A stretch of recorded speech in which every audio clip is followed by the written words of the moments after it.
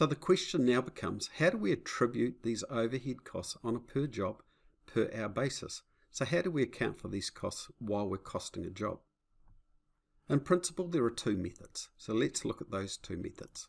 With method one, we could look at our business and say, well, look, we make roughly $7 million of sales a year, and we've added up all the costs of our overheads, and they come to, say, $700,000. And therefore, we have a 10% overhead. So if we decide we want to use this method, we have a 10% overhead, then we're going to also find there's other questions that aren't easily satisfied by using this method. So what are those questions? When we only have one customer and one job a year, it's easy to apply that overhead calculation. But let's say we had 10 jobs a year. Do we apply 1% to each job to get our 10% for the year? It also raises another question. Imagine we had 9 small jobs and 1 big job. So we had 9 jobs at, say, $110,000 a year, and we had 1 large job at $6 million a year. Would the 10% on each of those satisfy what our overhead costs are? So what we can conclude from this method is a blunt instrument. It is a method that doesn't work well across a wide variety of jobs. So let's go on now and look at the second method. So what is method 2?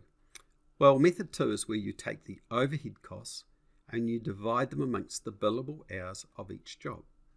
Now the assumption here is that the overheads exist because of the need for production, which is correct, and the costs are directly attributable to the cost of production, which they are.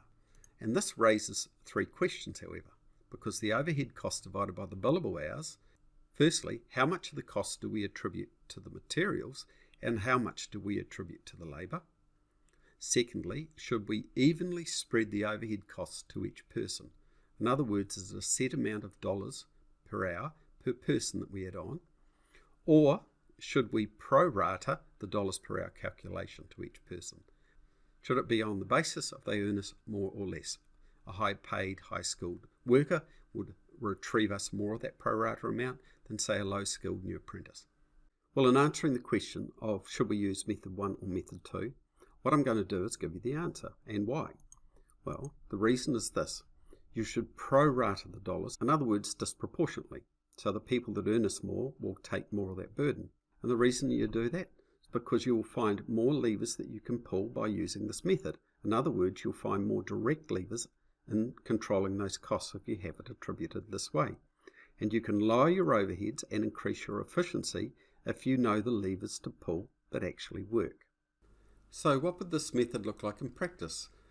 Go to my next video and I'll show you how we take the overhead costs and we attribute them to the hourly rate costs of our staff.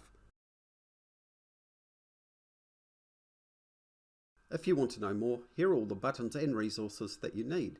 Just use these links to go places. Don't forget to share this video with friends who you think might need this video.